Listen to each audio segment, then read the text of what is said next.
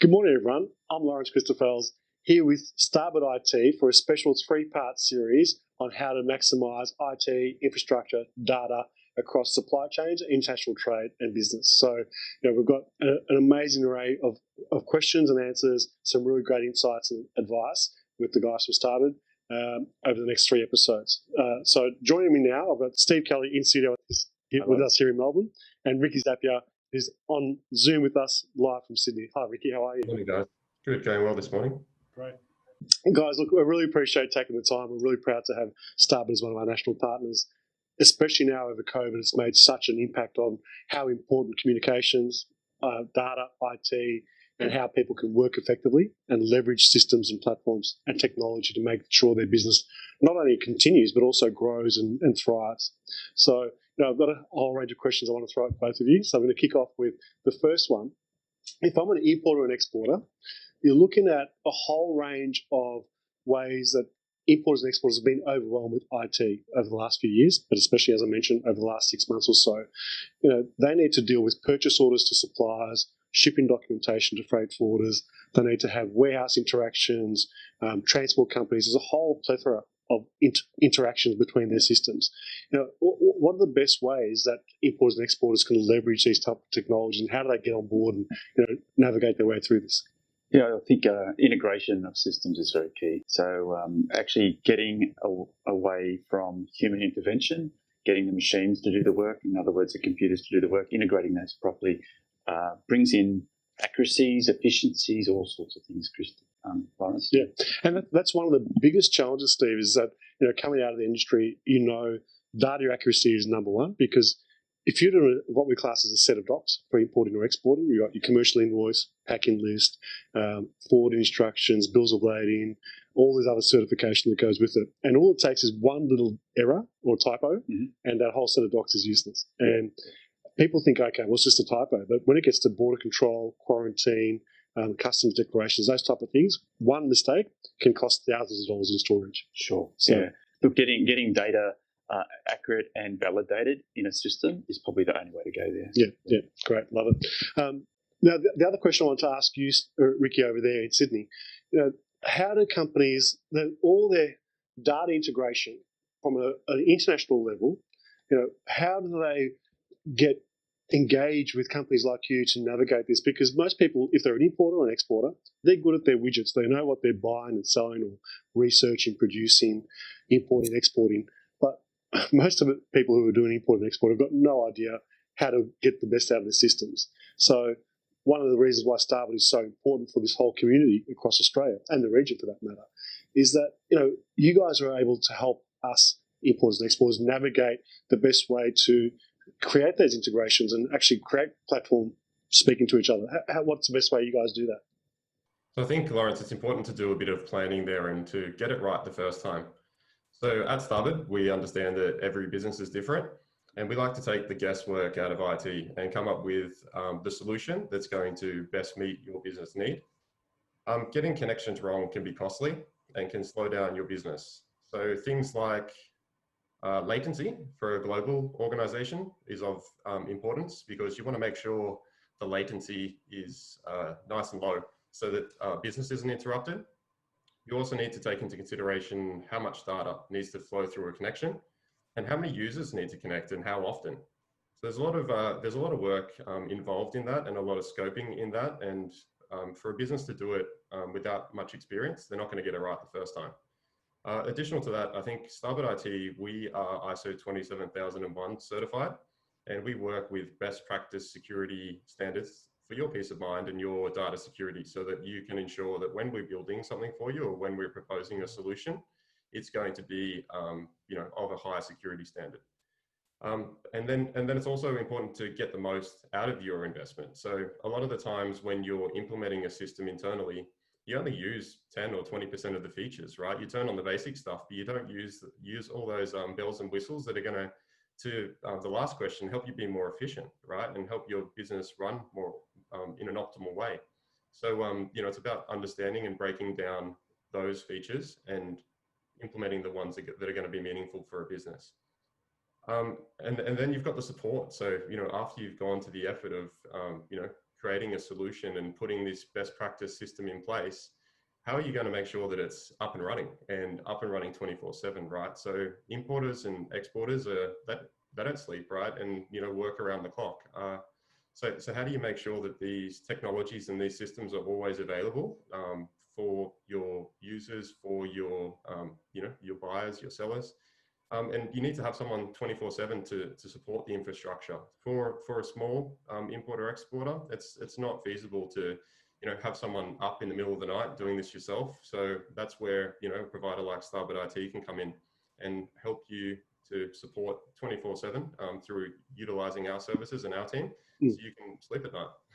Yeah, I love the bolt-on sort of analogy where you guys have got, they can focus on their core business, and then they can bolt on experts such as yourself to really provide all that infrastructure support, advice, and the troubleshooting on-call type scenario as well. So it's a really important part of international trade. International business has got enough dramas as it is. You've got time zone differences, delays with carriers, shipping lines, airlines, wharf strikes. There's so many things that you've got to deal with. The last thing you want to have to become an expert is in IT as well. So, it's a real ability to have peace of mind, a cost-effective peace of mind. That means that you've got the latest up-to-date innovations with your company, and just say, look, all right, let's plug in the best. And I think of many ways, I think we mentioned this before, Steve, is that that Henry Ford statement that I really live by, and I try to recommend to my clients as well, is that you don't have to be an expert in everything, but you just need to employ or have the people around you who are. And that's a really good point, is that you can probably get a team, an IT team of 2 or 3 people, but with a company like Starboard IT, you can gain the benefit of the depth of the organisation just by employing us on a contract basis. Yeah, it's much smarter, much better bang for buck, and you're really getting the latest and greatest of what's available in the IT world. Exactly. Yeah, great. Now, I wanted to ask you, Steve, as well. We're talking about supply chain is all about visibility. Time-sensitive data is what you can live or die by. You need to have decision-making capability at your fingertips. And traditionally, most importers and exporters have got, let's call it a desk-based sort of storage system. Things are working there. But now people want to be able to check stuff on their phone. They want to have a Surface Pro, having a coffee, and they need to keep up to date.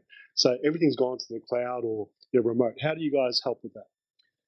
Quite easily. We're partners with most of the cloud providers, the 2 big ones, Azure, Microsoft, and AWS, which is Amazon. So we're partners with those. We've been dealing with those guys for many, many years, since inception, really, and we can actually know the best solution that we can provide for your size of company, or where you are on the journey as far as your business model, where it is, and provide a solution that fits that fit for purpose. Yeah, because I see that as twofold. So we've got let's call the upstream part, where we want to have all our visibility around stock, inventory, what's happened with the arrivals of cargo and things. But from a downstream or customer-facing perspective, if I'm a sales rep for an importer or distributor, and I'm going around and actually checking on stock levels and things, I want to be able to sit with you in store, or even have a coffee shop and say, look, Steve, I can see what you sold. Let's put an order through. So there's actually, in my mind, there's really 2 strong abilities to be able to have that remote capabilities. Yeah, look, cloud brings many, many different advantages, but the main ones that I think the first thing was being cost effective. You're not. Once you go into cloud, you get away from that investment into hardware and infrastructure that every 3 years you've got to go through an upgrade cycle on, right? The next thing that with cloud brings is the ability. If you've got an internet connection, then you have the ability to access it anywhere, like you're talking about in a cafe, at someone's office, while you're on holidays. Even you can actually check things while you're on holidays if you're that type of manager. But the other thing is the uptime. So all these cloud providers these days have N+1 infrastructure built in, which means that they're basically have calculated what happens if something does go down, and the availability of your data is always there. For an individual to go to that expense of having that N+1 infrastructure would be immense, and just really these days would not be something you would contemplate doing. And this is what surprises me, Steve, and what you've just described. I was working on a contract about 18 months ago, and it was a multinational company. I won't mention the name, but these guys are one of the world's biggest in automotive. Now, they had all the latest whiz-bang, I should say, data cabling and dedicated Telstra lines, all the rest of the stuff.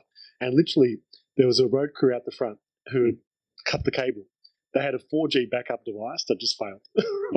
So, all these dealers were in the shit. And pardon the French, we'll keep that on the recording. They were in trouble. And, they literally, every one of their dealerships around the country lost data. Yeah. Now, they couldn't function. They couldn't book orders. They couldn't book parts. They couldn't service companies' cars. That's a major drama. When you look at that, what you guys are offering, every importer and exporter, even if it's a small micro home business, they've got the benefit of having all their stuff as a redundancy, no blackout opportunities. By having all their infrastructure off-site is a benefit. Yeah, if you look at it really deeply, and you look at some of the major cloud providers, what they do is they have not only redundancy within their data centers, but they then underneath all that, they ship the data to regions. So if one region was to take earthquake or some sort of catastrophe, they'd be able to bring those workloads up in that data in another region, and you'd be able to get access to that just through the channeling of the way that you would connect to it. Yeah. I think that's one of the things I've noticed, especially over this pandemic, last 6 month period or so, is that companies now, especially in Australia, the whole mindset, she'll be right. That's sort of, there's a bit of a wake up call that all of us have to experience. Definitely, yeah. And Yeah. So now what we class as the business continuation or redundancy planning, when you're signing contracts, whether you're providing a service agreement or a service level agreement, or even as a supplier selling to someone like a big retailer, they want to know you've got a BCP, business continuity plan. Yeah. And this is where what you guys offer can actually make or break a deal. Yeah, well, we saw with our customers, the ones that were prepared seamlessly went into a BCP, and their continuity business didn't hardly had a blip. Yeah. They were very smooth. The guys that scrambled found that supply chains were like for screens or monitors or just simple things for their staff to be able to work from home were dried up pretty quickly, and then they were stranded. So having that plan and testing that plan regularly is something that most of the smart businesses are doing these days. Yeah, absolutely. Firsthand, I know that when COVID hit, we had to set up a few other sites and even some stuff in the studio. We had to, even things like Officeworks, everything was sold out. The shelves were literally empty within weeks or within days, really. Scrambling. Yeah. So as you say, that preparedness not only gives you that contingency, but these days, if I'm a retailer and I'm going to decide whether I stock Steve's products or Ricky's products, and Ricky's got a BCP plan, he's got data in the cloud, you can check where the inventory is. I've got peace of mind that, look, I'm going to go with Ricky, even if it costs me an extra $1 or $2. So you guys can actually offer a really good value add over and above what companies are trying to deliver anyway. Yeah, sure. And we deal with businesses that are multinational from 3,000-4,000 people down to 30. So, we see a large, spectrum of business types, business models and how they approach business, and we can bring that learnings back to our other customers as well. Yeah, love it. Great. Ricky, mate, I want to ask you as well about, this. What do you see as things changing and evolving in IT, especially from an importers and exporters perspective? Because it's hard to keep up. As we've just talked about, there's a lot of things that have surfaced and brought about a lot of change and awareness with the COVID situation. How do you see companies, trying to keep up with things like IoT, blockchain, smart devices? Because as I talked about earlier, Ricky, it's hard enough to keep up to date with your own products and your own offering, let alone to be an IoT expert or blockchain expert. Yeah, good question, Lawrence. So I think, look, at the end of the day, all businesses need to look at technology as a competitive edge. So something that's going to help them create or win new business or create efficiencies internally so they can grow their business. But in saying that, you need to have technology planned and implemented and supported in a correct way to get the most value out of the systems that you're actually implementing. So I wouldn't say all businesses are suited to IoT or blockchain, and implementing the right technology for the right size of your business and the right objectives is of the utmost importance. Sometimes it can be more costly being the first one out of the gate to leverage and utilize some of these technologies. If you think about blockchain, the first people to use this have spent a lot of money trying to, get the technology to work for the solution rather than around the other way. So in general, I think it's more expensive at the start to go out there and to use some of these new platforms and technologies. And I think it's better to wait a little bit of time and wait till it's sort of fleshed out and there's a good solid offering in the space. And that's going to be easy to be supported and cause less, I think, impact overall to your customers. So definitely consider the new things that are coming out, but I wouldn't want to be the first person to implement it into my warehouse. Yeah, no. But I think at the end of the day, you need to have an IT strategy, right? Every business needs to have an IT strategy. It's important to look at things like your legacy applications and to make sure that, if you are running some of those legacy apps, that they are still being supported and they are up to date and they are their latest version and they can be used remotely should you need to use them remotely, right? You don't want to have your critical applications stuck on premise and, your workforce move remotely and not be able to access them, right? And someone have to go into the office every week to plug in the cable or to, run a manual task. It's just not efficient for any business, right? Yeah, I think, Ricky, what you've just touched on there, I want to really bring up with both of you. Again, this whole part one of this series is all about importers and exporters and how we can educate them, create some awareness about how do they get the best out of their IT and data capturing. And one of the things you just reminded me of listening to you, Ricky, is this is surprisingly still happening today. Literally someone will go off to the server and change over the hard drive and take away or put it in the back of the car and take it home, just from a backup perspective. Now that sounds like 1980 stuff, and it's still happening today with so many importers and exporters. So that level of having the IT strategy and having the experts like you guys to actually sit with the company, do an assessment, and say, guys, here's your strengths and weaknesses, here's a SWOT. So how do you do that typically? You've got to put your arms around the data, and one of the best ways to do that is what we call a BIA, a business impact assessment. So what we do is we list all your applications, your computer applications out. Then we rate them as far as criticality. And then once you've got criticality, you can actually then say, well, these applications are trivial. It's really, if we were to lose them, it's not going to impact my business in a large way. But the ones that do, then we need to do something about those. We need to actually understand how they access them. How do we back up the data? How do we restore the data? And where is the data living? Because with the cloud, as you can imagine, once upon a time, it was all under one roof. And now with cloud technologies, we're spraying our data out to all the different providers. And we need to just get our arms around that and understand that. And the way to understand that is through the application itself. The application is what produces the data. Even if it's just Word, Microsoft Word, it produces a Word file. So we look at those applications, we get our arms around it, we get a holistic view of the data and its criticality. And other thing we haven't touched on, which is more towards the security, is the sensitivity of this data. So criticality and sensitivity is really important to your business. Getting your arms around that, understanding what that is through a BIA. Yeah, I love that, Stephen. That data sensitivity is really powerful. People think an importer and exporter, okay, well, you're just importing and selling widgets or exporting stuff.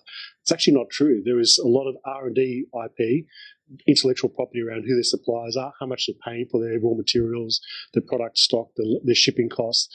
There's a lot of sensitive data that people can't afford to get out of the business. Not only that, if you think about the e-commerce, mobile commerce, you've got a lot of sensitive customer data that as a business, you're responsible for.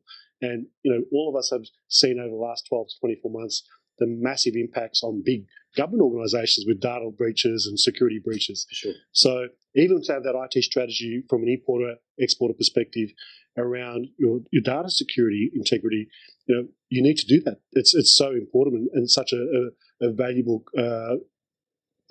proposal to have to your customers as well. So look, we can protect your data better than someone else can. Sure. Yeah. So Ricky, just to wrap up this first part of the series, what's an average sort of timeline? And I know that the BIA that Steve just mentioned, you guys can help every importer, every exporter across different segments, right? So the principles of what you offer aren't limited to any one particular sector or market or anything like that, are they? No, that's correct, Lawrence. I mean, it's any business, right, that wants to, be solid in their operation, make sure that they've got the fundamentals in place, the technologies that their users need, make sure they've got the technology in place that their customers need to do their job. And then there's the fundamentals, things like BCP, which you've already touched on, having a DR plan, and then having that technology roadmap together. So that's all those things that we just mentioned, which is the foundation of any organization, is what we do. That's our bread and butter, and that's what Starboard IT does. Fantastic. Look, I want to thank you both for joining me on this part one of the series. Coming up after this part one, with part two is all about remote working and how Starboard IT can really make sure that you're prepared and getting the most out of remote working. That takes a whole range of other skill set, and it incorporates all the business assessments that you've already will be talked about, but especially that data security and remote working capacity. So thanks so much, Steve. Thanks so much, Ricky. For all of you out there, no matter how big or small your business is, if you're importing and exporting, you have to talk to Starboard. You can't emphasize how important this is anymore. This stuff you've just heard about in the last 20 minutes or so, can literally make or break your business success.